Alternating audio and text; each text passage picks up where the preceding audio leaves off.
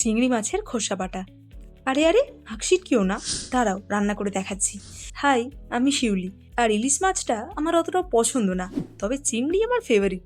যাই হোক, আমার মতো কেউ আছো নাকি তোমরাও যারা চিংড়ি ভালোবাসো? জানিও তবে। যাই হোক, চিংড়ি মাছটা আমরা মাঝে মাঝে খাই, তবে একদিন একটা বড় মাই রান্নাটার কথা বলে আর রান্না করে খেয়েছিলাম, বেশ ভালো লেগেছিল।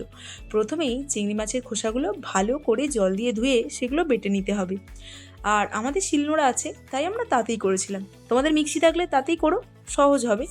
এরপর পেঁয়াজ লঙ্কা কুচি করে কেটে নিতে হবে। আর আদাটা আমি ভুল করে দিয়ে দিয়েছিলাম, কিন্তু শেষ পর্যন্ত ভালোই লেগেছিল। যাই হোক, তারপর ওই পেঁয়াজ কুচিগুলো বেসন আর ওই মাছ বাটাটার সাথে ভালো করে মেখে নিতে হবে। আমি কিন্তু মাখিনি, তবে রান্নাঘরে থাকলে গরম তো লাগবেই।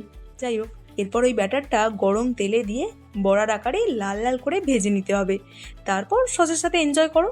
সত্যি বলছি, দারুণ লাগে খেতে। এর আগে খেলে জানিও, আর প্রথম দেখলে অবশ্যই একবার ট্রাই করো।